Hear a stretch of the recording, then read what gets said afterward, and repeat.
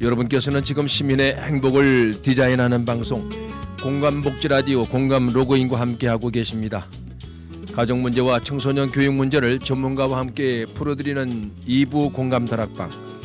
이 시간에는 학교 현장의 학생 인권과 교권이 만나는 지점에서 관심과 배려, 사랑과 존중의 공감 문화를 조성하기 위해서 애쓰시는 분을 모셨습니다. 한국코칭연구소 송창호 소장님을 스튜디오에 모셨습니다. 소장님 안녕하세요. 반갑습니다. 네, 안녕하세요. 반갑습니다. 출연해 주셔서 감사하고요. 소장님께서 직접 한번 좀 소개를 좀 부탁드리겠습니다. 네, 안녕하세요. 반갑습니다. 저는 한국교육코칭연구소의 대표로 있습니다. 그래서 이렇게 불러주시고 또 여러분과 함께 할 수 있는 시간이 돼서 너무나 영광이고 반갑습니다. 한국교육코칭연구소는 가장 독특한 일을 하고 있는 게 인천시 교육청의 위탁교육기관으로 수행 중에 있습니다. 그 위탁교육을 어떤 교육을 하고 있냐면요.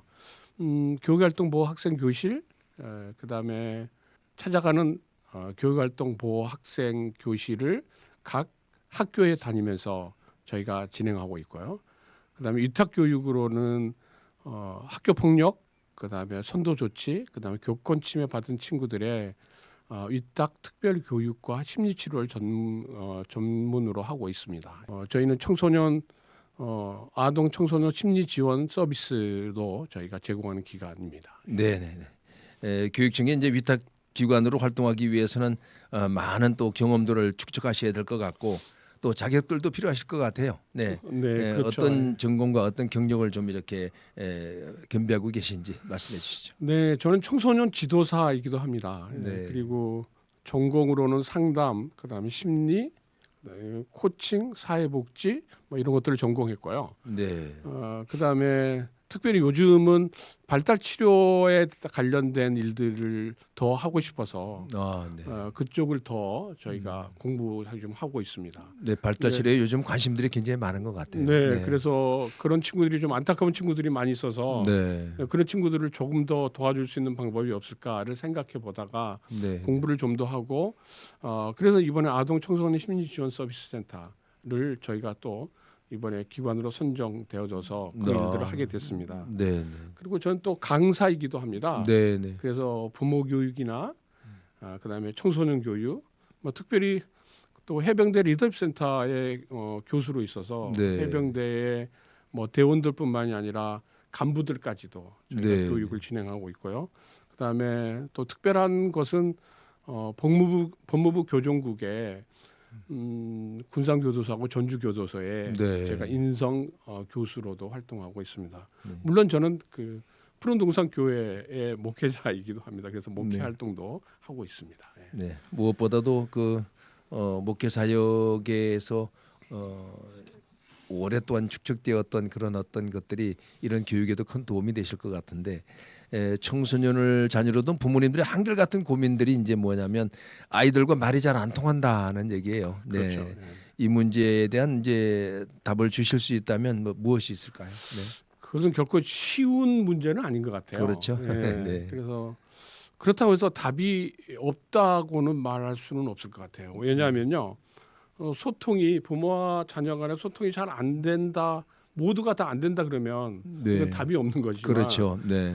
잘하는 가정도 있다라는 거죠. 그러니까 잘하는 부모와 자녀가 있다면 그렇다면 이거에 대한 답도 있지 않을까 이런 생각을 저는 가지고 있습니다.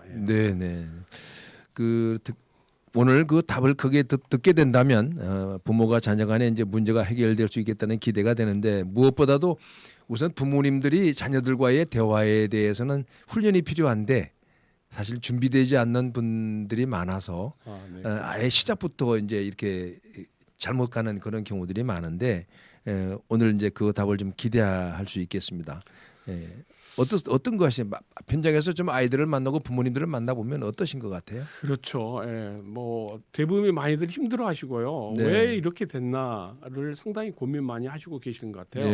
그래서 부모와 자녀 간의 대화가 잘 안 된다, 뭐 갈등이 많다 이런 것에 제가 답을 드리기에는 뭐 이게 정답이다라고 할 수 있는 것은 사실은 없어요. 왜 그러냐면 다양한 성향과 성격, 그다음에 환경 이런 것들이 다 다르잖아요. 맞아요. 네. 다 다르기 때문에 이것을 하나의 정답으로 드리는 것은 사실은 역부족입니다. 그러나 가장 그 기본적인 이론을 인지하고 계신다면 또 그것을 실천할 수 있다면 상당히 자녀들과 대화하고 의사소통하고 그다음에 관계를 회복하는데 굉장히 많은 도움이 될 수 있을 거라고 저는 확신합니다. 네. 왜 그러냐면요, 저희 기관에 와서 뭐 부모 교육이나 부모 코칭이나 상담을 받고 돌아가신 부모님들이 한결같이 하는 얘기가 효과가 있다. 네. 관계가 좀 개선되고 있다라고 답을 주시기 때문에 이런 방법을 쓰면 또 이렇게 우리가 인지하고 적용하면 정말로 관계가 회복될 수 있겠구나라고 저는 생각합니다.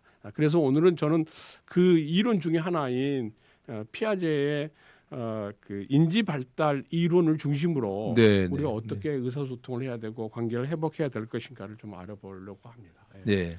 어쨌든 생애 주기별 아이들이 성장하는 과정에 따라서 부모들이 준비가 좀 필요할 것 같은데 아이들 발달은 이제 단계적으로 이루어지잖아요. 네, 그 그렇습니다. 발달의 단계는 이제 4가지 단계를 거친다고 알고 있는데 그 피아제의 인지 발달 단계에 따른 이제 의사소통, 그것이 어떤 것인지 좀 소개해 주시죠. 피아제가 얘기하는 건 뭐 전생애적으로 그 인간은 발달한다라고 보고 있는데 우리가 지금 청소년 문제를 중점적으로 이야기하고 있기 때문에 네. 그 연령대에 있는 단계를 보면 그 구체적 조작기와 그 형식적 조작기로 나눠질 수 있습니다. 네. 그래서 구체적 조작기와 형식적 조작기에 대한 부분들을 말씀해 드리면 괜찮을 것 같아요. 그래서 네. 한동안 우리에게 굉장히 그 이슈가 되었던 지금도 여전합니다만은 중2병이라는 병이 맞아요. 있었죠, 네. 그렇죠? 예. 중2병. 요즘은 사실 중2에서 초등학교 5학년이나 6학년 이렇게 많이 내려오긴 네, 했는데 네. 이 시기에 많은 청소년들이 왜 그렇게 변했을까요? 그 많은 분들이 뭐 초등학교 3, 4학년까지는 쫄쫄 얘기도 잘하고 말도 잘하고 그러더니 그렇죠. 갑자기 어느 순간부터 물어보면 대답도 잘 안 하고 방문 닫고 들어가 버리고 혼자 있으려고 그러고 밖으로 나가려고만 한다는 거죠. 그게 도대체 왜 그럴까에 대한 이야기입니다. 이런 이야기들을 이렇게 우리가 요인으로 삼아 보자면 아이와 갈등이 생겼다고 한다면 상당수는 제가 보기에는 의사소통 방식이 네, 네. 아이들의 발달 단계와 맞지 않아서 발생한 문제라고 저는 생각이 되거든요. 그래서 발달 단계에 맞추지 못한 의사소통 능력들을 가진 부모님들이 사실 자신들을 보호하려고 회피하려고 네. 만들어준 단어가 뭐 사춘기다, 뭐 중2병이다라고 생각합니다. 네. 그래서 부모들은 문제가 아니고 아이들이 문제라고 생각하는 거죠. 그래서 오늘 이런 문제들을 좀 저희가 좀 그 아이들에서 부모로 그 생각의 범주들을 좀 이렇게 넘겨보려고 하는데 오늘 이런 데서 오는 문제들이 사실은 발달 단계에서 맞지 않는 부모님들의 어떤 대화 방법이라든가 뭐 의사소통의 수단들이 그렇죠. 아이들의 방문을 닫게 하고 그다음에 아이들이 단답형 대답을 하게 하고 아이들이 집에 있는 것보다 밖에 나가는 것들도 선호하는 이런 문제를 만들지 않았나 이런 생각들이 들어갑니다. 그래서 그 이유를 오늘 장 피아제가 얘기하는 구체적 조작기와 형식적 조작기의 아이들의 차이를 중심으로 해서 좀 말씀드리면 도움이 되지 않을까 하는 생각이 듭니다. 네. 그 피아제의 발달 단계는 이제 감각 운동기 전 조작기 그 다음에 이제 구체적 조작기라고 저는 알고 있는데 네네네. 유치원 초등학교 시기인 이제 구체적 조작기는 어떤 시기에 좀 아이들이라고 볼 수 있을까요? 그렇죠. 이제 전 조작기 다음에 이제 구체적 조작기인데 구체적 조작기를 우리가 먼저 말씀드리고 싶은 것은 이때부터 이제 사실은 아이들이 7세부터 11세까지가 구체적 조작기라고 되어 있거든요. 물론 성향에 따라서 좀 다를 수 있습니다. 물론 그렇죠. 예. 네, 네. 그래서 이제 구체적 조작기에 있는 아이들의 특징은 뭐냐면요. 눈에 보이는 것에 중점을 둬요.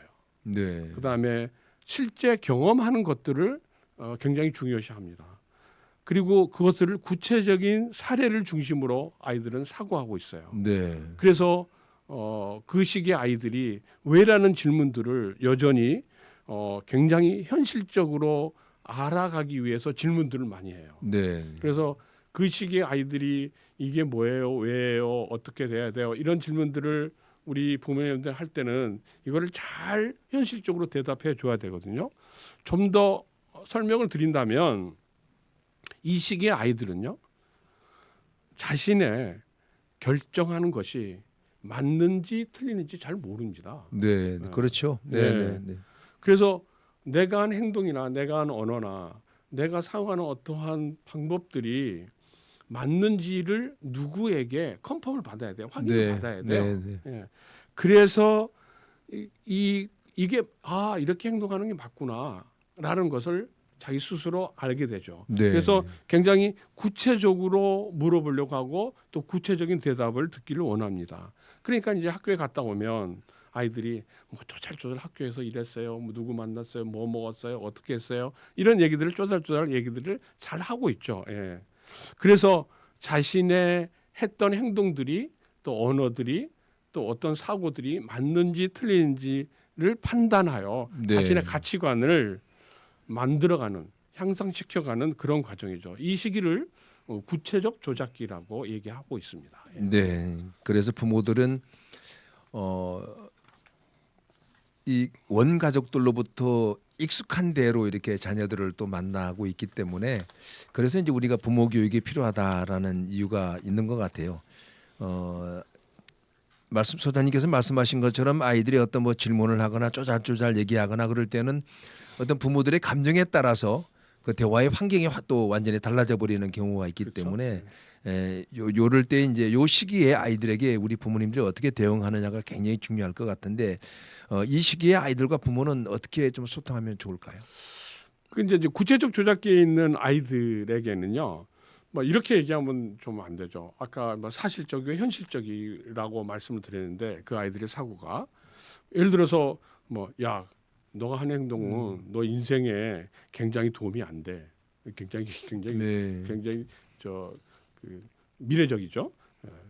이런거나 혹시나 뭐 나중에 너는 후회하게 될 거야. 이런 말은 사실은 와닿지는 않습니다. 그렇죠. 대신 지금 이 행동 때문에 숙제를 끝내지 못해서 참 힘들겠구나 이렇게 얘기해 주는 거예요. 그러니까 지금 여기에서 벌어지는 일에 대한 결과를 설명해 주는 것이 굉장히 효과적인 것이죠. 또한 말보다는 부모님들이 말로만 하는 것보다는 함께 해보기 또 부모님 직접 보여주기 이게 굉장히 중요해요. 왜 그러냐면요. 아이들이 구체적으로 그것에 대한 그 행동 자기가 생각하는 것에 대한 확신이 들어야 될 시기이거든요. 그러니까 정확하게 부모님들이 보여주는 게 필요하죠. 네. 그래서 아이들이 와서 뭐 엄마한테 무슨 얘기를 하려면 엄마라고 부르면 아무리 바빠도요. 그렇죠. 아무리 바빠도 예를 들어서 야 지금 엄마 바쁘니까 안 보여? 이렇게 한다거나 야 바쁘니까 나중에 얘기하자라고 해서는 안 된다는 거죠. 왜 그러냐면 이 아이들에게는 그때 그 내용이 가장 중요한 시기이거든요. 네. 근데 그것을 정확히 알지 못하면 아이들은 그거에 대한 가치관을 어떻게 형성해야 될지 갈피를 잡지 못하기 때문에 그렇습니다. 그래서 아무리 바쁘더라도 잠시 일을 멈추고 그리고 아이하고 눈맞춤을 하고 그렇죠. 상황을 설명해 주든지 엄마가 지금 이렇게 바쁘니까 조금 이따 얘기하면 안 돼? 라고 눈을 맞추면서 하던 일을 멈추고 얘기해 주든지 아니면 아무리 바쁘더라도 좀 시간을 내서 아이의 말을 들어준다면 이렇게 돼야 되는데 대부분의 부모님들이 그렇게 좀 잘 하지 못하시는 것 같아요. 네. 근데 이것이 구체적 조작기에 있는 아이들에게 잘 안 되면 아이들의 가치관 형성에 잘못된 부분이 형성될 가능성이 있어요. 그렇죠. 그래서 이제 그게 중요하다라고 말씀을 드리고 싶습니다. 아까도 말씀하신 것처럼 뭐 아이가 이제 숙제를 했는데 다 못해서 힘들어하거나 그럴 때 그 아이들의 감정을 좀 읽어주는 그렇죠. 그 훈련이 좀 부모님들이 좀 되면 아이들과 소통이 그래도 잘 될 것 같은데 구체적 조작기에 잘 들어주고 또 그것에 맞게 잘 설명을 해줘야 한다는 말씀 그렇다면 이제 마지막 단계가 이제 형식적인 조작기인데 그 시기는 어떤 시기이고 그때는 또 어떤 특징이 있습니까? 이제 구체적 조작기를 지나고 난 다음에는 이제 형식적 조작기에 접어드는데 그것은 이제 11세 이후가 이제 형식적 조작기에 접어들죠. 그러면 이제 대부분의 나이가 이제 중학생들 때가 이제 되어집니다. 이제 여기서 우리가 말하는 중이병들이 만들어질 가능성이 많죠. 근데 사실 아까도 말씀드렸듯이 이것이 좀 요즘은 좀 빨라져서 초등학교 6학년 막 이럴 때도 오고 있기는 합니다. 예.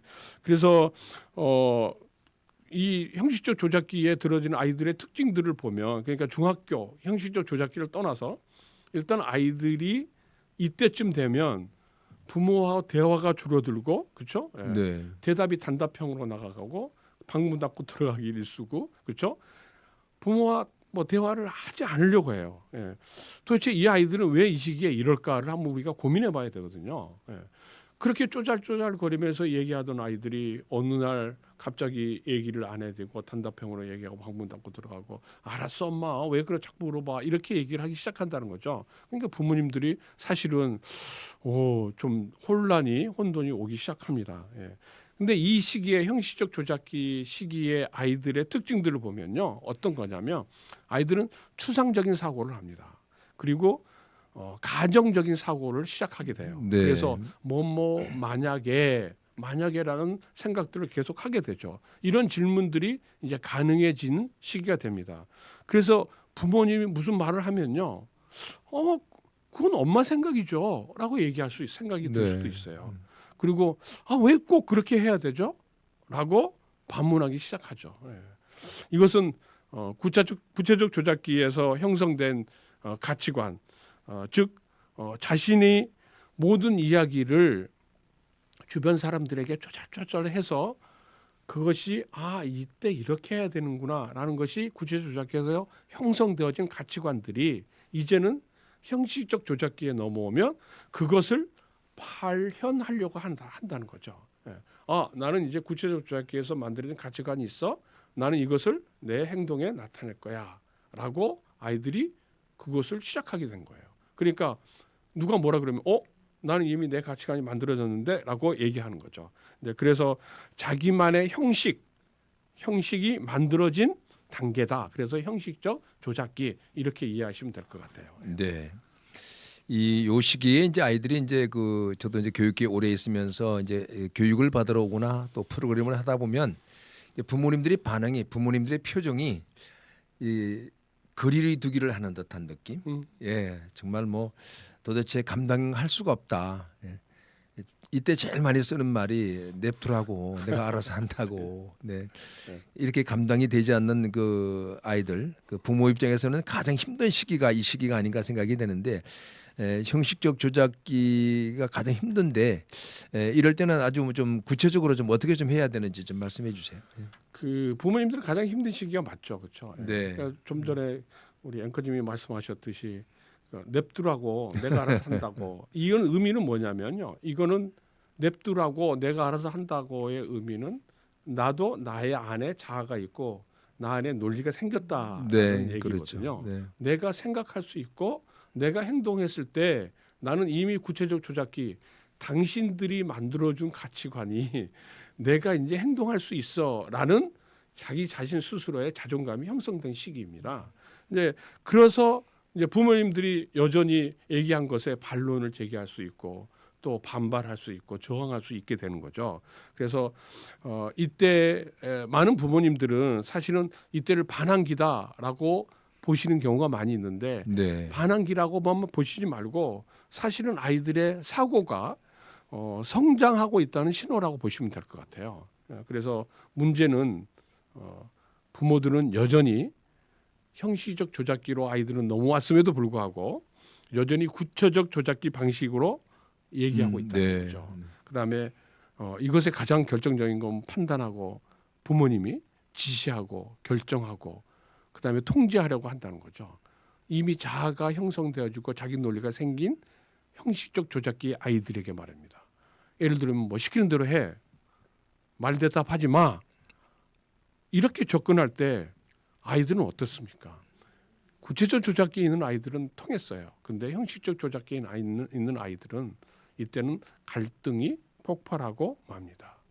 이때 아이들은요 더 이상 쪼잘쪼잘 얘기하지 않아요. 그렇죠. 예. 네. 그다음에 자신의 논리와 자아가 이미 형성됐다고 여기고 그 자아에 맞게 행동하려고 한다는 것이죠. 네. 그러니까 어머니들이 예를 들어서 학교에 갔다 오면 아이들에게 구체적 조작기에 있던 아이들처럼 꼬치꼬치 물어보고 뭐 했어, 어디 갔어, 뭐 누구 만났어 이렇게 하고 야 그건 하지 마, 너 그 애는 만나지 마, 끝나면 바로 일찍 들어와야 돼 이렇게 지시결정 판단하면 형식적 조작기에 있는 아이들은 도대체 이게 뭐지? 라고 생각할 수밖에 없다는 거예요. 왜 내 사생활을 엄마가 간섭하지? 라고 생각하게 된다는 것입니다. 네. 네, 그러니 그 형식적 조작기에 있는 아이들은 그렇게 부모님들이 접근해 오면 자신을 보호하려고 저항할 수밖에 없어요. 네. 이 저항이 부정적인 현상으로 나타나기 시작하면 그것은 이제 갈등이 나타나게 된다라고 보시면 될 것 같습니다. 그러니까 청소년의 아버지라고 했던 그 스테니 홀이 왜 질풍노도라고 표현했는지 이제 우리가 좀 알아야 되는 게 사실은 아이들이 이제 그 시기에 여러 가지 이제 뭐 다양한 생각과 또 행동으로 이제 드러나게 되는데 그 행동을 했을 때 부모님들의 반응이 어떤지를 사실 보는 거거든요. 그러면서 자기 가치관을 만들어가는 건데 부모님들 소장님 말씀하신 것처럼 여전히 그 말 잘 들을 때 아이로만 생각하는 거 예, 이런 어떤 과정들을 우리가 좀 잘 이렇게 이해를 해야 될 것 같아요. 그래서 사실 이제 청소년들 자녀를 둔 부모님들 입장에서 제일 이제 힘든 부분이 그 시기이긴 한데 이 시기에 아이들과 소통하는 것이 사실 가장 어려운 시기거든요. 어떤 방식이 좀 소장님은 필요하다고 보십니까? 네, 좀 어렵기는 합니다. 네, 많이 어렵죠. 부모님들이 네. 어떻게 그렇게 할 수 있어요라고 얘기하지만 사실은 그렇게 하셔야 되거든요. 네, 그럼요. 네. 근데 만약에 그것이 잘 몰라서 그렇게 하고 계신다면 이제라도 생각을 좀 바꾸셔서 그렇게 하셔야 됩니다. 네. 어떻게 하셔야 되냐면요. 이 시기에는 형식적 조작기에 있는 아이들에게는 어떤 지시보다는 대화를 하셔야 됩니다. 지시하시면 안 돼요. 이거 해, 저거 해, 그렇게 해, 어떻게 해, 몇 시에 들어와 이거 안 됩니다. 그렇죠. 네. 통제보다는 토론이 돼야 돼요. 몇 시까지 뭐 통금 시간이야. 너 이렇게 얘기하는 것보다 엄마 생각에는 그렇게 늦게 들어왔을 때 이런 위험한 문제가 있을 것 같은데 너는 그렇죠. 그것을 어떻게 해결했으면 좋겠어? 라고 이렇게 토론식으로 얘기해서 접근해야 된다는 거죠. 그리고 왜 그렇게 생각을 해? 그리고 그러면서 아이의 생각을 물어봐야 됩니다. 그리고 내 생각의 근거는 뭐야? 이렇게 물어봐야 된다는 거죠. 예. 만약에 어머님 부모님들이 어떤 그 행동의 기준을 가지고 있다 하더라도 이렇게 대화하시면 될 것 같아요.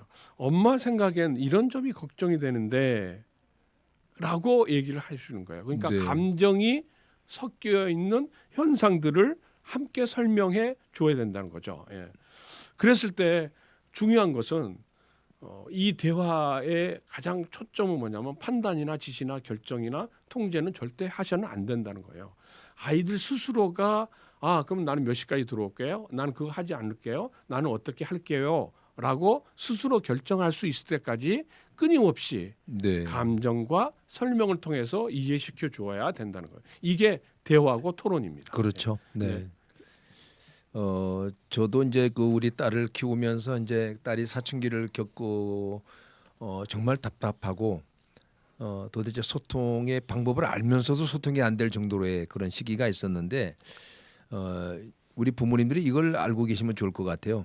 그런 이 사춘기를 겪는 아이들과의 어떤 대화에서 이 아이의 감정을 읽을 수 있다면 지금 내가 잘하고 있구나. 또는 아이가 자기의 감정을 부모님에게 표현할 수 있다면 어느 정도 우리가 대화가 잘 되고 있구나라는 걸 알 수 있을 것 같아요. 저도 정말 답답했거든요. 이제 딸이 이렇게 아무 표현도 안 하고 그렇죠. 이게 전혀 뭐 어떤 소통도 이루어지지 않을 때 딸이 저한테 와서 아빠 지금 제가 너무 힘들거든요.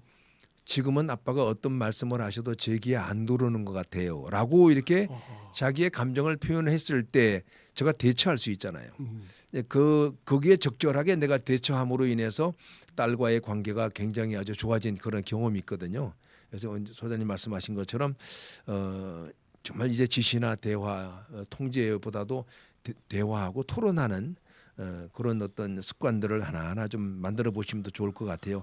같은 말을 해도 발달 단계에 따라 이제 그러니까 표현이 달라져야 되겠네요. 네. 그렇습니다. 가장 중요한 것은 오늘의 제가 드리고 싶은 말씀의 핵심은 뭐냐면 단계가 있다라는 거예요. 네. 네.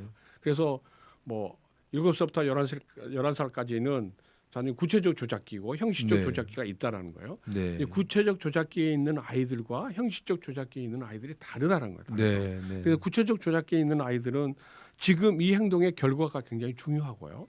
그다음에 형식적 조작기에 있는 아이들에게는 선택의 의미와 책임이 굉장히 중요합니다. 네. 아까 설명드렸듯이 그 형식적 조작기에 있는 아이들의 그 형성 과정이 구체적 조작기에서 형성되어지는 가치관이 자아가 되어지고 논리가 되어지고 네. 이제 네. 행동화가 되어진다는 것이죠. 이게 이제 가장 중요합니다. 근데 제가 그래서 가장 중요한 시기가 청소년기에 어딜까요?라고 누가 물어본다면 저는 초등학교 한 4학년, 5학년 이때라고 네. 봅니다. 네. 왜 그러냐면 이때 이제 구체적 조작기에서 형식적 조작기로 넘어가기 위해서 자기의 가치들이 형성되어지는 시기이기 때문에 이때 가치관을 잘 형성해야 되거든요. 네. 그래서 이렇게 뭐 구체적 조작기와 형식적 조작기에 있는 아이들의 좀 차이를 두고 우리가 그것을 잘 이해하고 대화를 한다면 아이의 발달의 단계에 잘 맞게끔 부모님들이 아이들과 의사소통할 수 있다고 생각합니다. 그래서 아이의 발달 단계에 맞지 않는 말은요. 아무리 옳아도 네. 그건 잔소리에 불과합니다. 예. 맞습니다. 네. 이 구체적 조작기와 형식적 조작기에 맞는 부모의 어떤 대화의 태도 오늘 너무 중요한 말씀해 주셨는데 마지막으로 부모의 역할이 어떤 것인지 좀 한 문장으로 좀 정리하신다면 어떤 게 있을까요? 네. 부모의 역할은 그 통제하는 사람이 아니라는 겁니다. 네. 그래서 아이의 발달 단계에 맞게 그 생각할 수 있도록 부모님들이 좀 안내자가 되어줬으면 좋겠다라는 말씀을 드리고 싶고요. 아이의 말이 달라질 때 부모의 말도 달라져야 됩니다. 네. 아이의 행동이 달라질 때 부모의 행동도 달라져야 됩니다.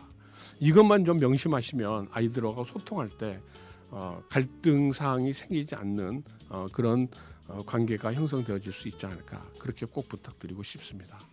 네, 아주 소장님의 마지막 말씀이 아주 인상 깊습니다.